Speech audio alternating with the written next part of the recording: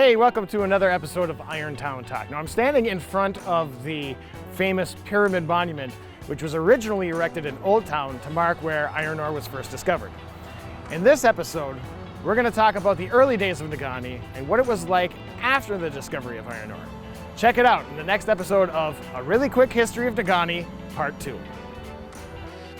So after Bert and his men find magnetic iron, word travels back downstate to a guy named Philo Everett, who hears about the discoveries, gets a few of his friends together, and they make plans to travel to the Upper Peninsula in search of these riches.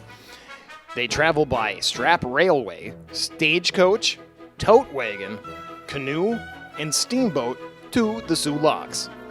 Then, they get on what's called a Mackinaw boat to the mouth of the Carp River. So with some luck and directions from a Native American woman they met in the Sioux, who just happened to be Margie Giesecke's niece, they made it to Teal Lake, where the famous chief showed them the way to the iron outcroppings. Everett and his crew began to explore the region and blaze the trail in an almost inaccessible land for those who followed. These very men would go on to organize the Jackson Mining Company and establish the Jackson Mine.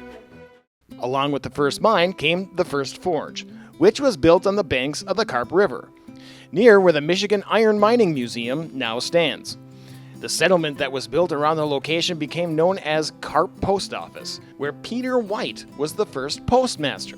So between the two settlements around the forge and the mine, there was about 124 people settled in what would later become our beloved town. Well, originally, people who came here to mine built 6 log cabins for the workers to live in. It wasn't a large number of workers at that time, because they were able to employ some of the Native Americans.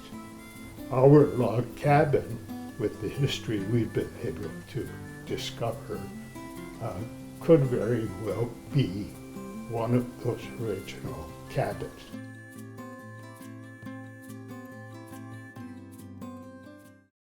On a side note, the Negaunee Cemetery was actually moved from its original spot around 1910 to the Carp location, where legend says Margie Giesecke was buried along with 22 others, all in unmarked graves.